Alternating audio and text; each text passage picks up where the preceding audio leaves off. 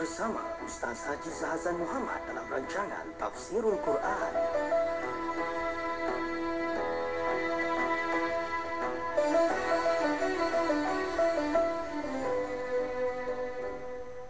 Assalamualaikum warahmatullahi wabarakatuh. Innal hamdalillah nahmaduhu wa nasta'inuhu wa nastaghfiruh wa na'udzu billahi min shururi anfusina wa min sayyiati a'malina. Man yahdihillahu fala mudilla lahu ومن يضلل فلا هادي له أشهد أن لا إله إلا الله وحده لا شريك له وأشهد أن محمدا عبده ورسوله يا أيها الذين آمنوا اتقوا الله حق تقاته ولا تموتن إلا وأنتم مسلمون يا أيها الناس اتقوا ربكم الذي خلقكم من نفس واحدة وخلق منها زوجها وبث منهما رجالا كثيرا ونساء واتقوا الله الذي تساءلون به والأرحام إن الله كان عليكم رقيبا يا أيها الذين آمنوا اتقوا الله وقولوا قولا سديدا يصلح لكم أعمالكم ويغفر لكم ذنوبكم ومن يطع الله ورسوله فقد فاز فوزا عظيما أما بعد. Saudara Nabi Ustaz Mahdi Syarudin, saya pendengar yang dirahmati Allah sekalian, alhamdulillah, syukur kita kepada Allah Subhanahu wa taala. Pada kuliah yang lalu kita telah bincangkan asal-usul pada perkataan yang digunakan Allah Subhanahu wa taala musi ayat yang ke-82 daripada surah Taha, iaitu firman Allah Subhanahu wa taala, A'udzu billahi minasyaitonir rajim. Wa inni laghaffarun liman taba wa amana wa amila salihan thumma ihtada. Dan sungguh aku amat pengampun bagi yang bertaubat, beriman dan buat kebaikan, kemudian tetap dalam jalan yang benar dalam petunjuk. Ini adalah mesej yang dikemukakan Allah SWT kepada Nabi Musa, Nabi Harun alaihissalam kepada Bani Israel yang selamat selepas Fir'aun ditenggelamkan. Fir'aun ini telah kita bincangkan. Akhirnya dalam ayat yang lalu Allah SWT gambarkan, fa'atba'ahum fir'aunu bijunudihi faghashiyahum minal yammi ma ghashiyahum faghashiyahum minal yammi ma ghashiyahum wa dhalla fir'aunu qaumahu wa mahtada wa dhalla fir'aunu qaumahu wa mahada. Kemudian Fir'aun dengan bala tenteranya mengejar mereka, tapi mereka telah pun digulung ombak laut yang menenggelamkan mereka, dan Fir'aun telah menyesatkan kaumnya yang tidak boleh memberi petunjuk. Dari malam lagi tuan-tuan, akhirat kelak seperti ini disebut dalam surah Hud ayat ke-98. A'udzu billahi minasyaitonir rajim. Yaqdumu qaumahu yawmal qiyamah fa'awradahumun nar wa bi'sal wirdul mawrud. Dia berjalan di muka kaumnya pada hari kiamat kelak, lalu memasukkan mereka semua ke dalam neraka. Neraka seburuk-buruk tempat untuk didatangi. Jadi Fir'aun ni kat dunia dihinakan, pengikut-pengikut dia tenggelam semuanya dalam laut. Akhirat besok dia akan mengiringi mereka untuk masuk neraka pula. Tuan-tuan, jadilah penyokong kepada kebaikan tuan-tuan, bukan menyokong kepada kebatilan, kemungkaran.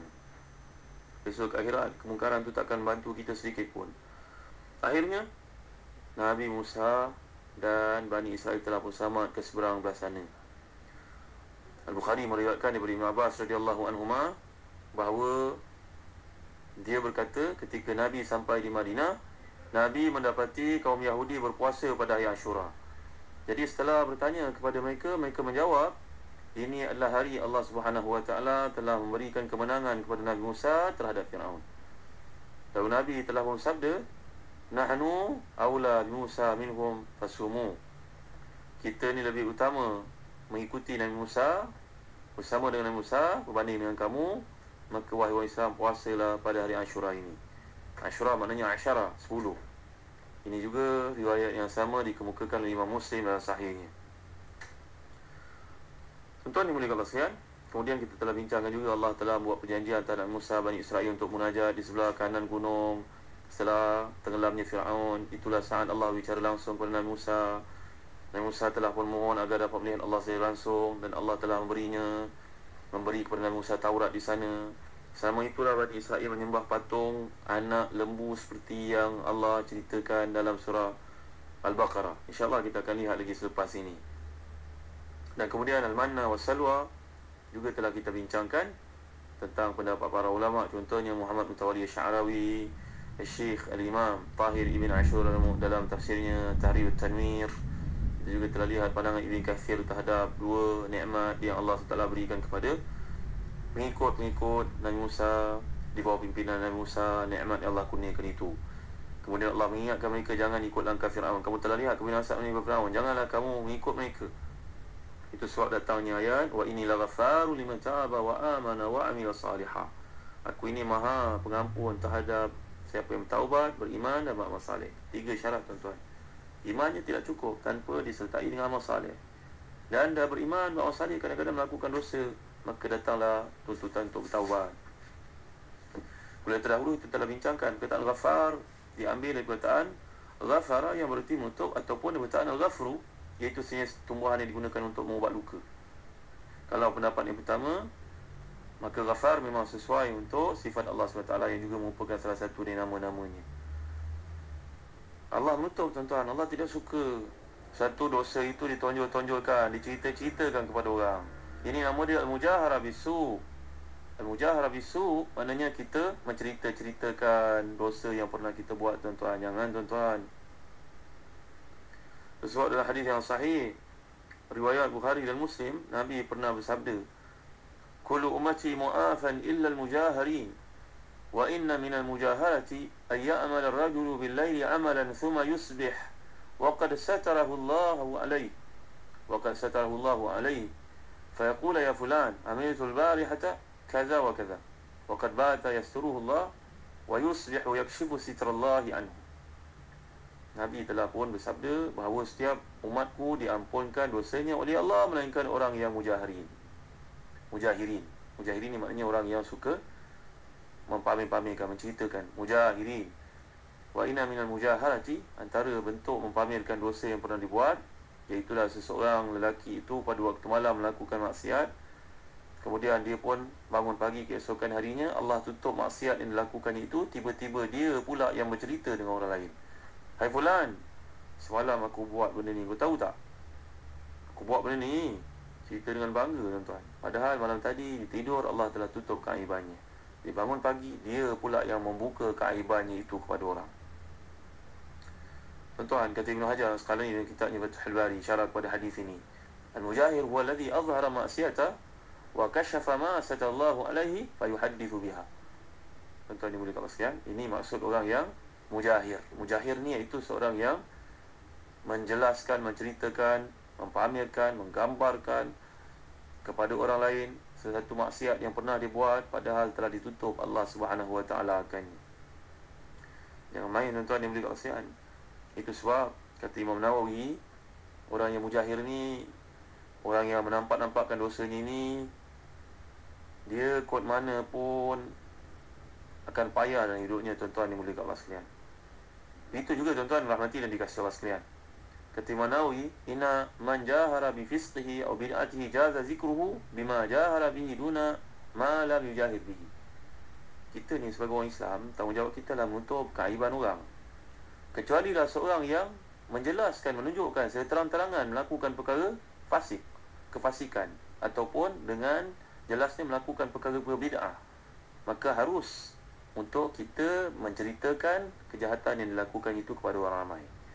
Kalau dia sengaja mempamerkan dengan penuh berani buat benda-benda maksiat depan orang, diceritakan orang pun dia tidak merasakan apa-apa, saya mencari rezeki yang halal, tapi dibuka pusat dia bagi orang nampak, orang perempuan umpamanya berjoget di khalayak ramai dengan maksiat, saya mencari rezeki yang halal. Dia buat maksiat seperti itu, tapi dia tidak sedar, dia kata dia buat rezeki yang halal. Maka bagi kita boleh menceritakan bentuk seperti ini dilarang oleh Allah SWT. Kita kena sebut pada orang, tidak salah, kerana dia sendiri yang telah mengamalkan gaya hidup mempamer-pamerkan maksiat yang dilakukannya. Itu penjelasan oleh Imam Nawawi terhadap perkara ini tuan-tuan yang dimuliakan Allah sekalian dalam syarah Muslim. Baik, kembali kita kepada perkataan sifat Allah ni salah satunya ghafar. Kalau ghafara maknanya menutup. Kalau ghafru maksudnya tanaman yang mubati luka. Mana pun maksud yang dikehendaki ke dunia baiklah tuan-tuan. Kalau menutup, memang Allah menutup keaiban seseorang, macam kisah Bani Israel yang kita kemukakan sebelum ni. Kisah dia melakukan maksiat begitu lama, tetapi Allah SWT telah pun memberikan kepadanya peluang, taubatnya diterima Allah SWT, seperti dikisahkan oleh Imam Ibn Qudamah Al-Maqdisi dalam kitabnya Kitab At-Tawabi. Kemarau panjang telah menimpa Bani Israel. Mereka semua berkumpul menemui Nabi Musa, memohon, wahai kalimullah, wahai yang Allah telah bercakap dengannya, doakan untuk kami agar menurunkan hujan. Nabi Musa pun berdirilah bersama kaumnya, berangkatlah bersama menuju ke tanah lapang. Jumlah mereka di Sul Ibn Qudaman Maqdisi adalah selama 70,000 ataupun lebih. Sampai di tempat yang telah dituju itu, Nabi Musa pun mula berdoa, Ya Allah, beri kepada kami siraman hujanmu, beri kepada kami rahmatmu, kasihani kami, kerana ada anak-anak kecil masih menyusu, haiwan ternak yang sedang makan rumput, dan orang-orang tua yang sudah membongkok. Langit tidak menurunkan apa-apa sekarang kepada kami, Ya Allah. Matahari makin panas.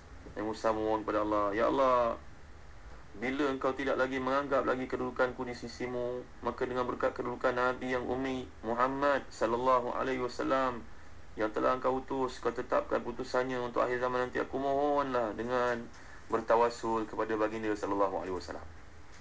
Ini kisah dikemukakan di Qudamah Al-Maqdisi, tuan-tuan, padahal Nabi Muhammad belum lagi ada pada masa itu. Lalu Allah telah beri wahyu kepada baginda, Aku tidak merendahkan kedudukanmu di sisiku, wahai Musa. Sungguhnya engkau ni tempat sangat tinggi di sisiku, tetapi bersamamu ada orang yang terang-terangan melakukan maksiat selama 40 tahun. Sekarang panggil semua mereka itu dan beritahu kepada mereka agar orang itu keluar dari kelompokmu, barulah hujan akan turun kepada kamu semua. Nabi Musa berkata lagi, Ya Allah, akulah hamba-Mu yang lemah, suaraku yang lemah. Apakah suaraku ini dapat menjangkau mereka sedangkan jumlah mereka 70,000, Ya Allah? Allah menolong wahyu kepada Nabi Musa lagi, kamulah yang memanggil dan akulah yang akan menyempurnakan kepada mereka seruan tersebut, mereka akan dengar, wahai Musa.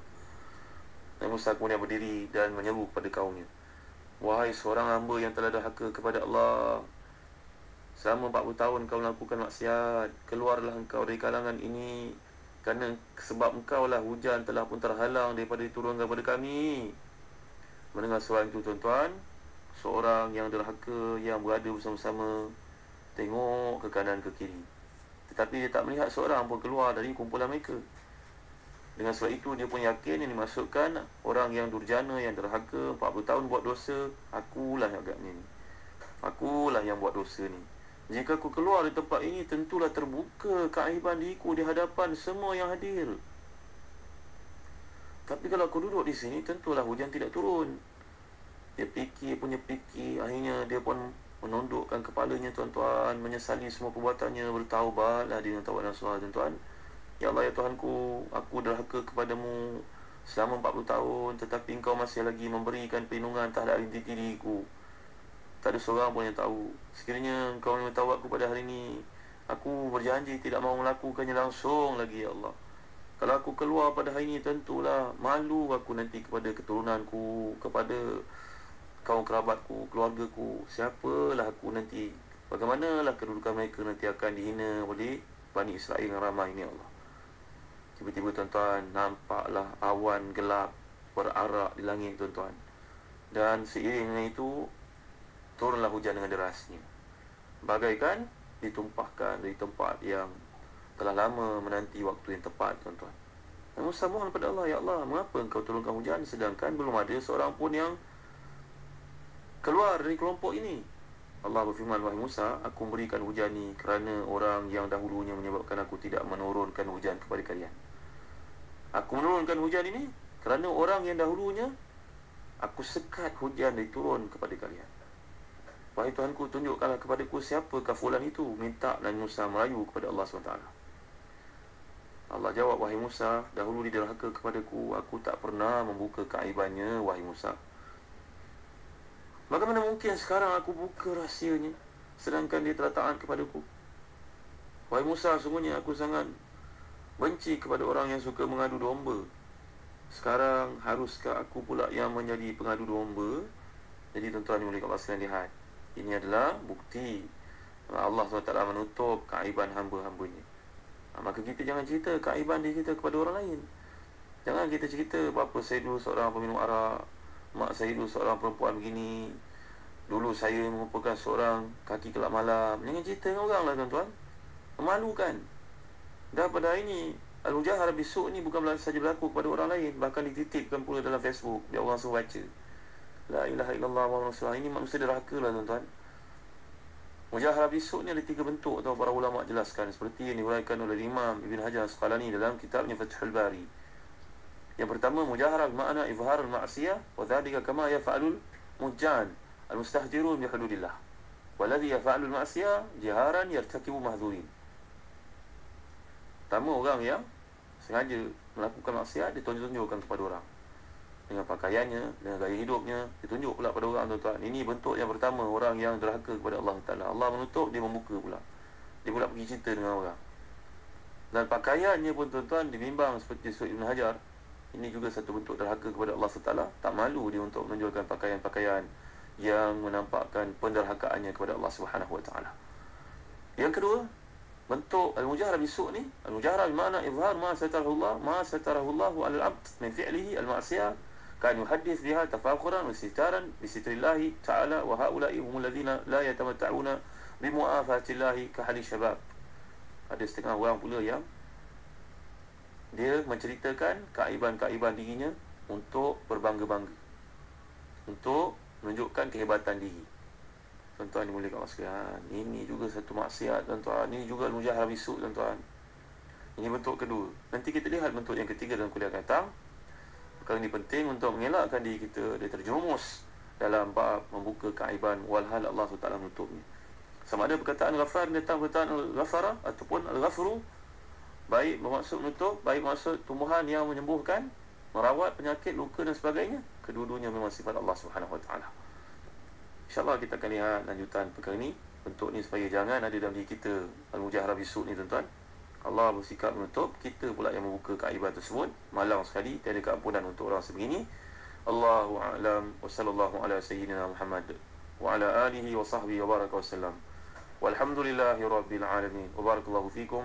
Wassalamualaikum warahmatullahi wabarakatuh.